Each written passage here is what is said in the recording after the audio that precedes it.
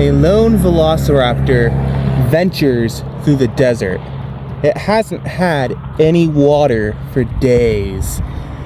The only form of sustenance it has had is the occasional snack of sand that it gifts itself. Then, off in the horizon, it sees something. A lone Parasaurolophus. How it got here and why it's here, no one could really know. However, the velociraptor now knows what its next meal is gonna be.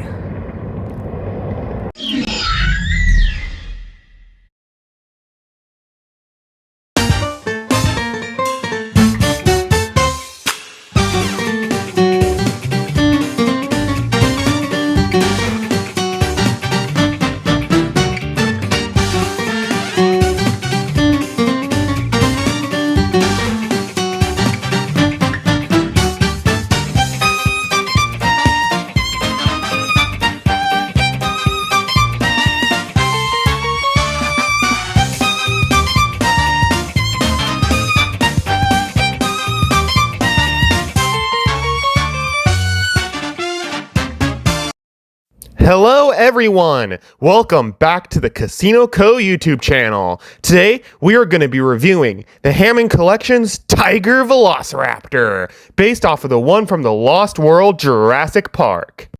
Now, as you can see, with the previous videos we were outside during these reviews. That's not going to be happening for a while anymore because I'm back in Arizona now. And I don't know if any of you have ever been to Arizona during the summer, but let's just say if you've never been here before and you come down here during the summer, you're gonna melt. Basically, you can boil a bucket of eggs on the sidewalk down here. It's crazy.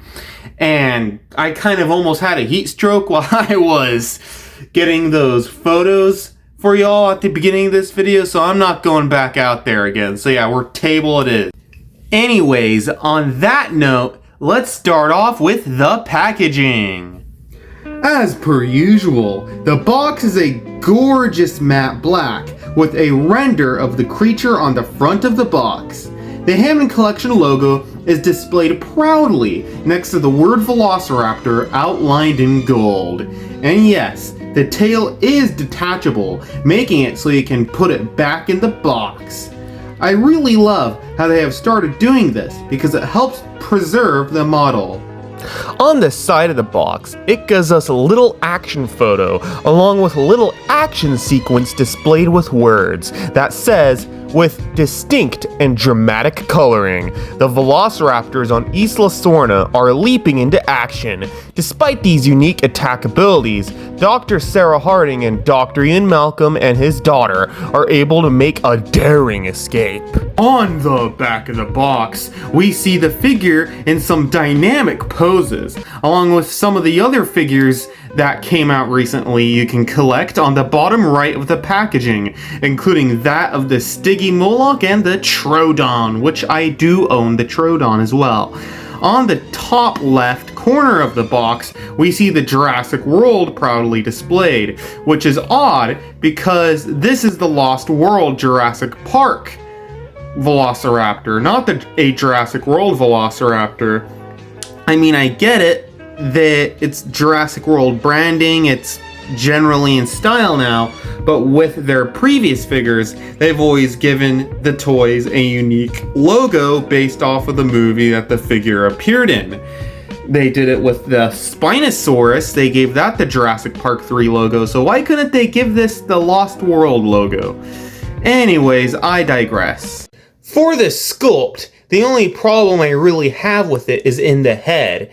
The chin protrudes a bit much, and the printing for the iris, I think it's called, is printed on the outside of the glass eye rather than the inside, making it so that it can be scuffed off rather easily. As per usual, the sculpt on this thing is great, perfectly signifying Hammond Collection quality. The feet are of a proper size, the tail is gloriously long, and all the ridges and muscles are sculpted on this thing.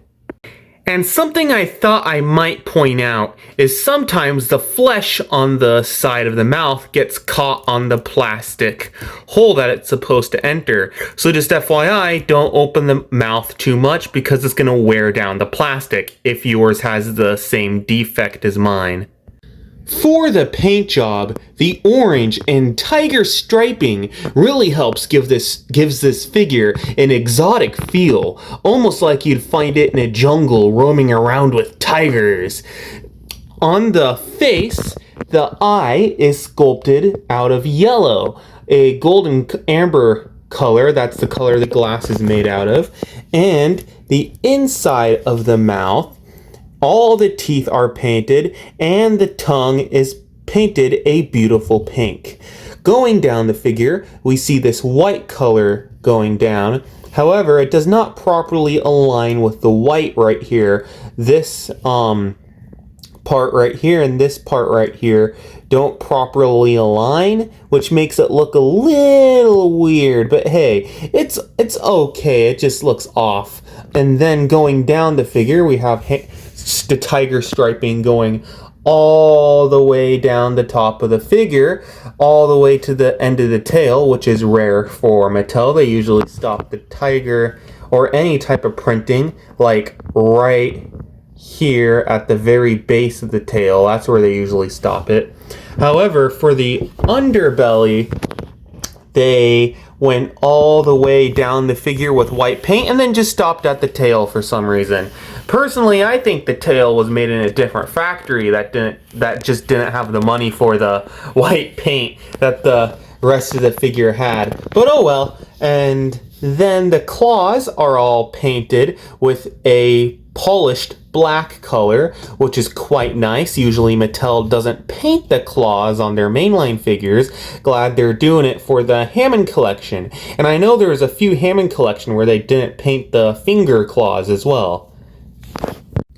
Now let's talk about the articulation. The head can move up and down and be turned in a full 360 degrees. The neck can also be turned in a full 360 degrees and can be barely moved down and up. The arms can be splayed outwards, and the arms can also be turned in a full 360 degrees. The elbow has a nice crunch and can be pointed outwards as well, and the elbow can also move in a full 360 degrees for some odd reason. The mouth can be opened and closed, and the hips have a pivot, making it so you can do some more dynamic poses. The legs can be moved in a full 360 degrees. And the knees have a nice crunch, can be moved outwards, and can be moved in a full 360 degrees. The feet can be moved up, down, and be turned in a full 360 degrees as well. Wow, a whole lot of 360 degrees with this thing. The tail is filled with bendy wire, making it so you can reach more dynamic poses. Before we move on to the size comparisons, I would like to compare this thing to the previous Hammond Collection Velociraptor that I owned, an older model based off of the Jurassic Park 3 Alpha Velociraptor. Something this version has over it is its feet are a lot smaller and a lot less clownish. However, something the older model has over it is its chin is of a proper size, so it doesn't protrude outward. Also, something else I noticed is the older model has far superior neck articulation than the new one. You'd think that with the new one they'd want to have even better neck articulation, but the neck articulation on the newer model is very stiff and very hard to pose. Now, let's do some size comparisons. Here it is next to the Hammond Collection Troodon. Here it is next to the Hammond Collection's Robert Muldoon. Here it is next to the Hammond Collection's Parasaurolophus. Here it is next to the Hammond Collection's Irritator. Here it is next to NECA's Godzilla 2003. And lastly, here it is next to the absolutely ginormous Hammond Collection Spinosaurus. Alrighty folks, that's going to have to wrap it up. I've got to say that this is a very stunning figure, and it will really add that extra jungle exoticness to your collection. So please, make sure to like and subscribe so that I can reach 1,000 subscribers before I die of old age. Oh, bye-bye!